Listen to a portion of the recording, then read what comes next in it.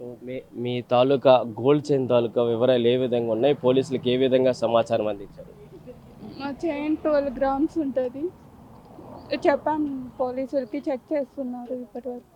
మీరు సింగిల్‌గానే ట్రావెల్ చేస్తారా? అంటే మీరు వచ్చేటప్పుడు మీరు పరిసర ప్రాంతాలను ఒకసారి చెక్ చేసుకోవాలి అంటారు కదా! సో మీరు వచ్చేటప్పుడు ఏ విధంగా ఉండేది పరిస్థితులు?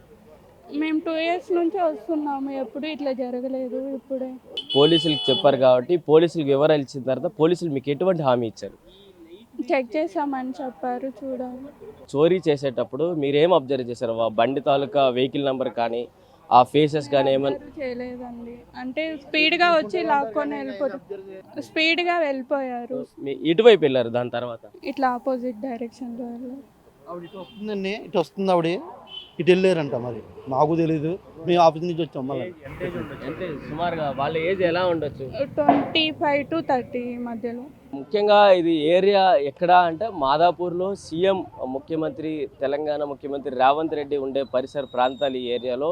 సో ఇది మాదాపూరు బ్యాక్ సైడ్ చూసుకున్నట్లయితే డీమార్ట్ ఉంటుంది. సో ఈ వేలోనే ప్రధానంగా ఇంత పట్టపగలే ఇంత చోరీకి ప్రయత్నించారంటే ఏ విధంగా ఉందని చూసుకోవాలి. ఒకవైపు మాదాపూర్ మెట్రో స్టేషను.